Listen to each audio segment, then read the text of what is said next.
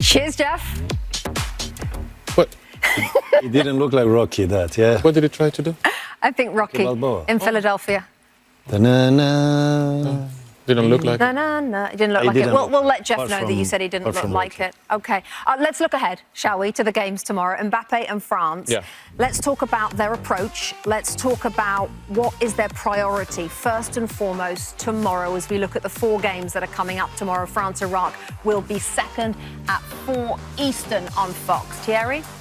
To qualify if you can, straight away, to make sure that you can see it out. But like I always say, there is a team on the other side that's going to try to also create an upset and create a buzz and trying to surprise you, and as they should, by the way. But for us, France, it will be about trying to go through, like I said, trying to see if you can race your players in the third game, trying to make everyone be involved. I know I'm repeating myself because I said the same thing about Spain, but that's exactly where it is. You need everyone to be involved, to participate, and be in this World Cup. But again, Didier Deschamps said it himself: do not underestimate Iraq. Just quickly on Mbappe, you know him better than most of us. Is he the sort of player that what happened with Yamal today, came off after 45 minutes, got his job done? Would that be a similar way, or would Mbappe want to play as long as possible? What kind of mentality is he? As long as he is needed. And that's But if he's done his job first half, Yes. would he be okay coming off? That's on Didier Deschamps to do that. They're going to have to, sometimes you meet with the staff. They're going to give you some insight. Sometimes you meet with the staff and try to see, you create a scenario of what do we do if we 2-0 up? What do we do if we're rounding down? So like that, you don't waste time to change stuff when you're on the bench, right? And so you create a scenario. So I don't know what type of scenario that they're going to create. Hopefully the one that we going to be able to be ahead in the game and it's going to be able to come off. But we will see. Yeah, we'll see. That's interesting. So they have plan A, plan B, what if. That's interesting. Norway-Senegal is going to be a really good game. Erling Haaland, interesting to get your perspective on him as a player, because those that do criticise him, and it doesn't happen very often, but when it does, it's because he's not in the game enough, even though he then can often go and score twice from 2 touches, Zlatan. How do you react to people who have that criticism of him? That he's a very intelligent player. He doesn't do more than he needs to do. And where his quality comes out is in front of the goal. That is where the killer instinct comes in. And you have players that tries to do more than they're able to do. This guy is not involved. He shouldn't be involved.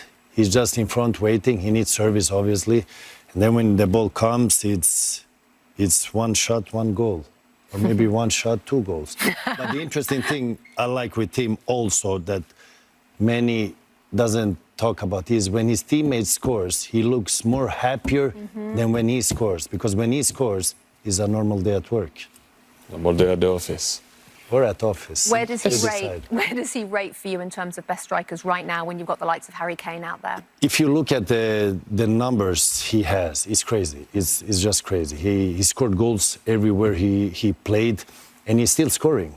He's not done yet. And I remember he had one game, he scored 9 goals.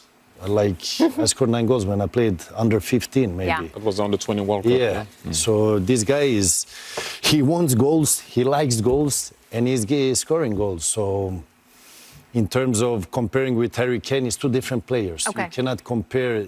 Harry Kane is more of a all-round player. He will do more than Haaland. But in the box, probably Haaland is the best when it comes to killer instinct in the box. Okay, understood. Fox. So different players. Okay, Mbappe's bringing goals, Haaland's bringing goals. No one's bringing more goals than Messi. No, but let me just tag this for Haaland just for a second. He's also doing it with a different type of supporting cast than Lamine Yamal, than Kylian Mbappe, and who we're going to talk about now, which is Messi. It's not anything against them, but they have a lot of good players around them. And I'm not saying that Norway isn't a good team, but relative to these other teams. Sure. When it comes to Messi, I mean, look, we run out of words to say because we put pressure on him. Hey, you got to bring it. And he brings it. And not only does he bring it, but he brings it in context of the rest of the tournament. You guys scored 2 goals? Fine. Hold on a second. Hold my beer. Boom. 3 goals. And it's an amazing thing. You guys were talking about sometimes you have to protect younger players, younger stars from themselves. You don't have to protect Messi from anything. He knows exactly how the game works. He knows exactly how his body works. And he knows all of the the math and the geometry of the game on a continual basis. And it results in potentially the greatest player ever to play the game. I know it's subjective. I know we'll go back and forth here, but he's on the verge of making history in terms of scoring the most goals in a World Cup. And I think he'll do it and then continue on through this time. Rebecca, I heard that. Huh? Don't think I didn't hear that. Fox in the box, little... I get it. You hear everything. All right, it's all right. You hear everything. OK, Dallas aside then for Argentina's clash with Austria. We'll bring you on-site coverage for what could be a historic occasion as Lionel Messi seeks to become the World Cup's outright record goal scorer. He's themselves on 1 point then after that eventful opening set of matches. New Zealand and Egypt will meet later today in Vancouver. That one's live here on FS1. But our focus right now in LA. Belgium supporters figure to be outnumbered against Iran today. Anticipation building amongst those supporters for this critical Group G encounter. So the team news is in the Fox starting lineups, sponsored by American Express. Thibaut Courtois taking part in his 17th World Cup match, which equals Enzo Schifo for the Belgian record. Yuri Tillemans and Kevin De Bruyne will pull the strings in the centre of the park. Leandro Trossard looking to provide service to Romelu Lukaku, who starts up front. Iran involved in their 4th straight World Cup. They sailed through Asian qualifying, going unbeaten in their first 14 games. But can they produce their best form against Belgium today? Ali Reza Bayramvand gets the nod in goal. The back line will include Ramin Rezayan, who scored against New Zealand last time out. Midfielder Mohamed Mohebi also on target in the opener. Mehdi Taremi leads the attack. And for more, let's check in with our match commentators, Derek Ray and Rob Green, who bring us the Fox Country Profile, sponsored by Google.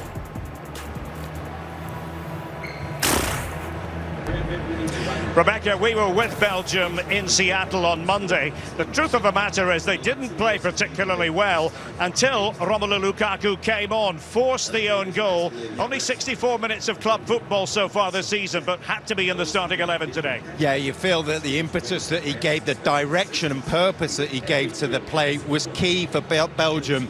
Don't know how long they're going to get out of him today, but you're thinking it's more than they would in the first game.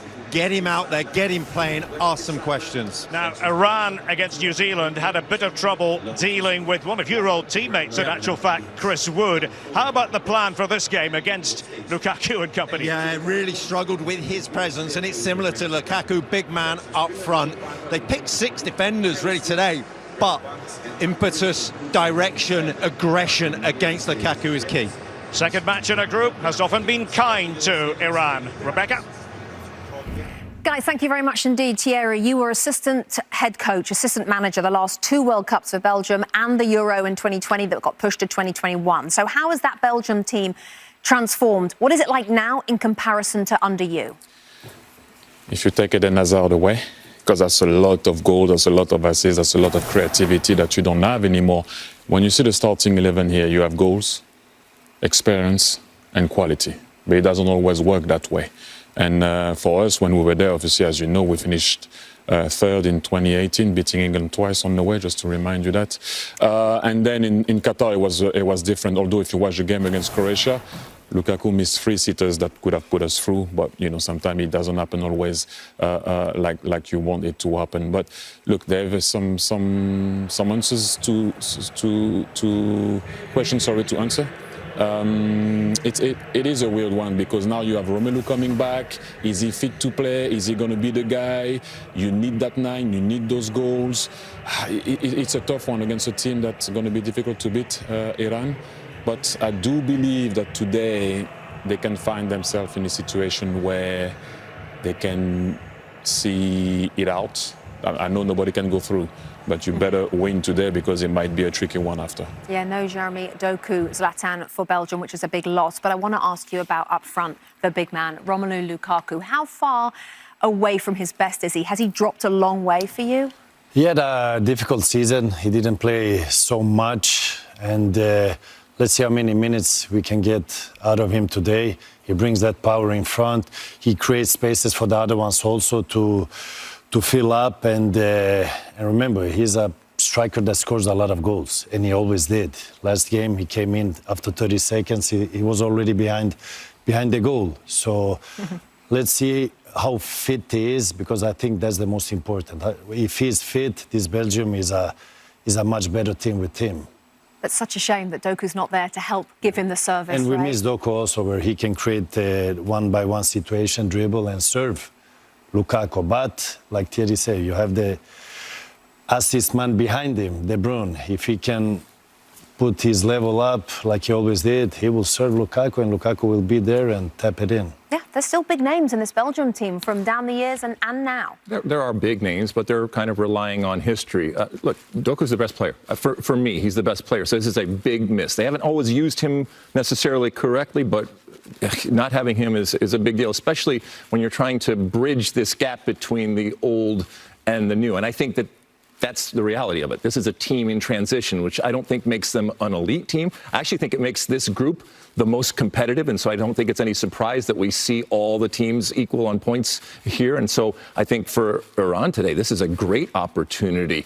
And Lukaku, you're just kind of putting him out there hoping that he can reignite. When he came on the field the other day, it was great in that he ran and crashed the box, which he certainly does. But if that doesn't happen early on, and if he gets tired, I guess you just run the big man out there and see what happens. But this is an opportunity for Iran, again, against a Belgian team that is good but not great. Yeah, when you look at the team sheet, if you're an Iran player and you see and you've heard that Doku was sick, and then you see some of the names which had been brilliant down the years, are you think we can get something today?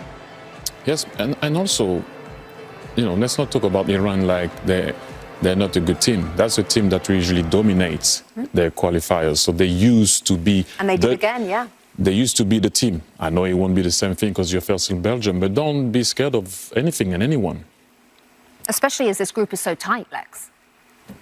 Which group? This group that we're talking about now, it's so tight. Everyone on the 1 point, right? So don't be scared of anyone. The whole group, the actual group. I thought you meant the group of team. Yeah, exactly. So there's everything to play for. And look, keep in mind that what happens on the field is one thing. What happens off the field is part of the narrative when we talk about Iran and everything that they have gone through to get here.